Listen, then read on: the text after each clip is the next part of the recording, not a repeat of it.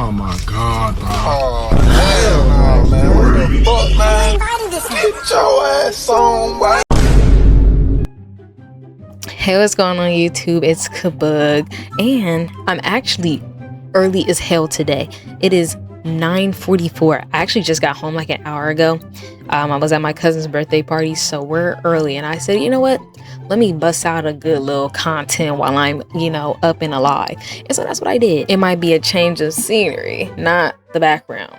Me. And it's only been 3 videos of me, so like me having my hair out is like whatever, but either way, today we'll be talking about unpopular opinions, but it's actually unpopular opinions because the video from yesterday, it was more about me just yapping, and that's fine. I like to do that a lot actually, but these are actually unpopular opinions, and without further ado, let's get to the video. The first thing I want to talk about is tip culture. Everybody talks about tipping culture this, tipping culture that. No, but let me break it down for you. Because like, I wanted him to admit to me that he wasn't leaving me a tip on a $320 tab. I feel like this is actually relatively unpopular, because there are some people that actually get mad when people don't get tips, and like it bothers me because it's like, so like for example, DoorDash or like, Uber Eats or something like that. Why do I tip before the service? It makes no sense to me, and I prefer to tip after. I do tip after if it's a good good job, which I think they took that option away for a good while, but it's back on DoorDash for sure. I will tip if the service is good because I will give clear instructions. So I'll put clear instructions and they just won't do it, or they won't ring my doorbell, they won't knock, they won't send a text that they're there, they sit the food on the ground, and I'm just like, well, where's the food at? You expect me to tip you before that, and this is what you do? Yeah, hell no. And then even in the restaurant too, if it's like I'm at a buffet, why am I tipping you? I'm doing this stuff myself. If I have to put in my order myself, I'm not tipping you.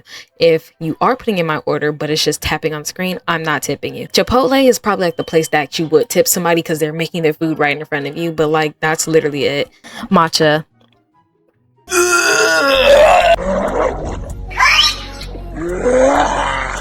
Bro, you guys overhyped taro a few years back.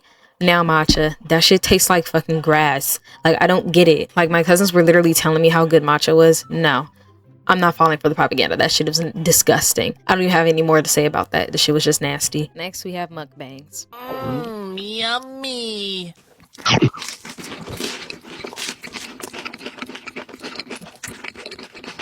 So a lot of people find mukbangs is disgusting.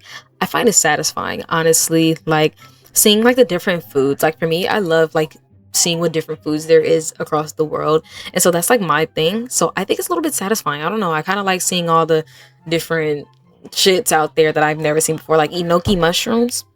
I have to try those. I have to. And like the sushi, I've eaten like pretty much every single kind of sushi. Bomb. I just love seeing it. But some people don't like it. And it's really the chewing that I think bothers people, and I get that. Looks maxing.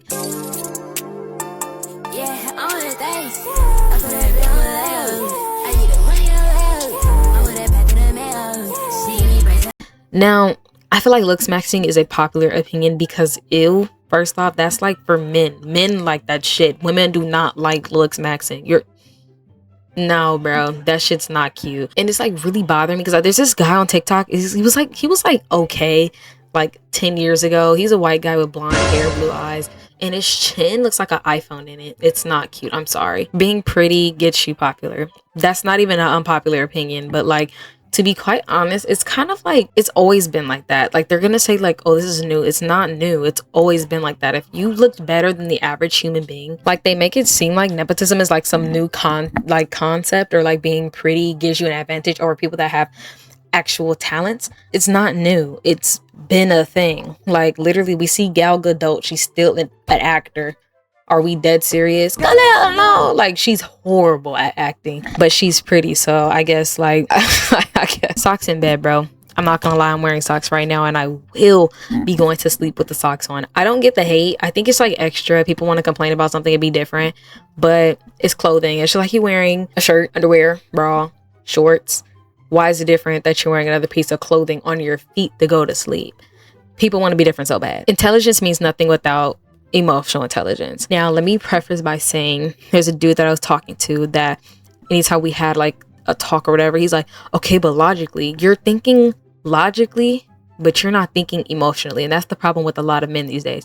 Emotionally, they're so suppressed that they don't know how to have a regular conversation without thinking about chess and checkers. Like, that's so stupid to me. Like, you're thinking about the logistics and stuff, but you're not thinking about the emotional part of it.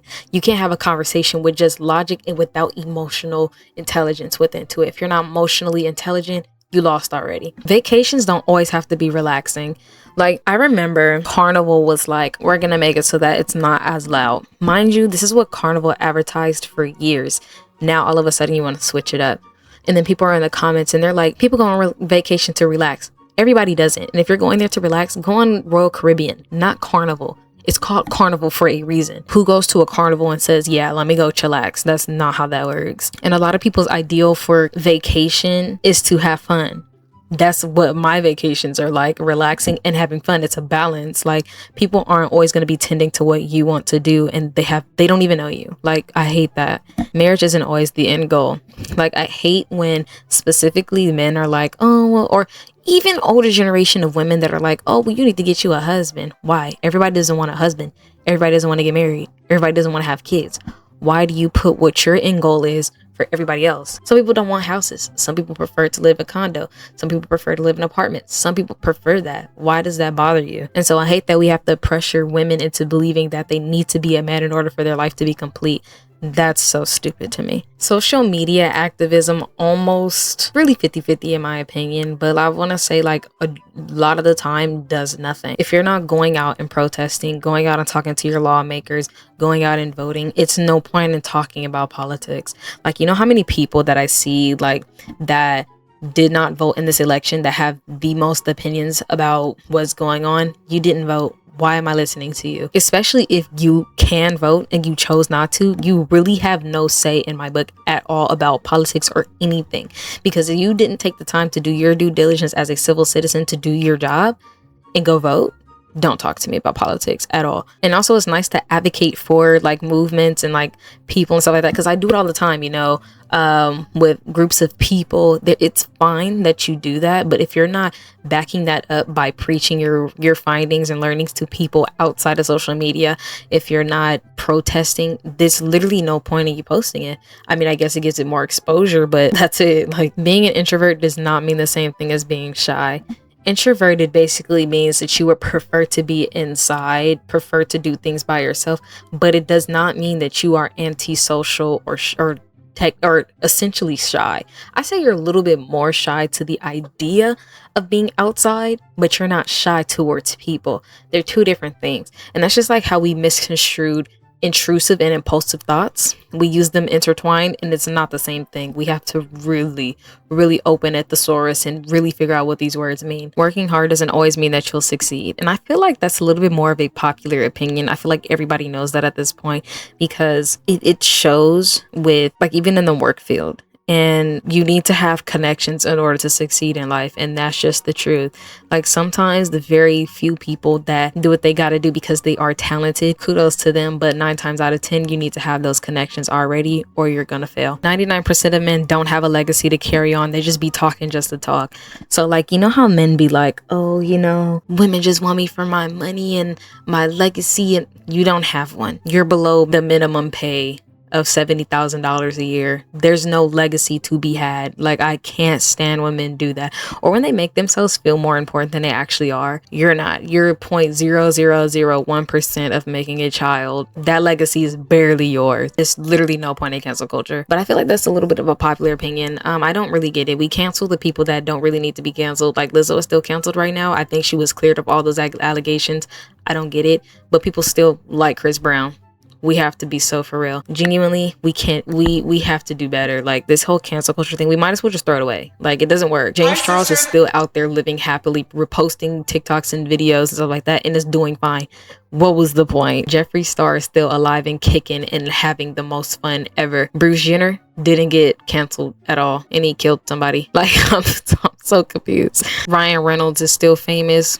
Justin Bieber still famous. You know what they both did? Get married on a plantation.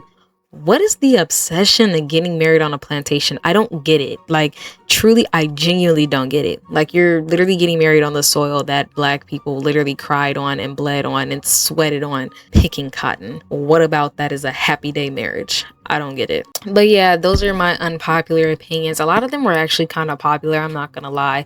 Or actually, I feel like they should be popular opinions, but I don't know. Let me know what you guys agreed with or disagreed with, because, you know, I feel like they weren't that crazy. Like, they could have been crazier, but I don't know. Let me know. And you guys too should also let me know what your guys' unpopular opinions or popular, semi-popular opinions are too. You know, I can talk about those too. I hope you guys enjoyed the video. And if you guys did, make sure you guys like, comment, and subscribe. That'd be so awesome if you guys did that for me. But anyways, again, thank you guys for watching. I'll see you guys in the next video. Bye.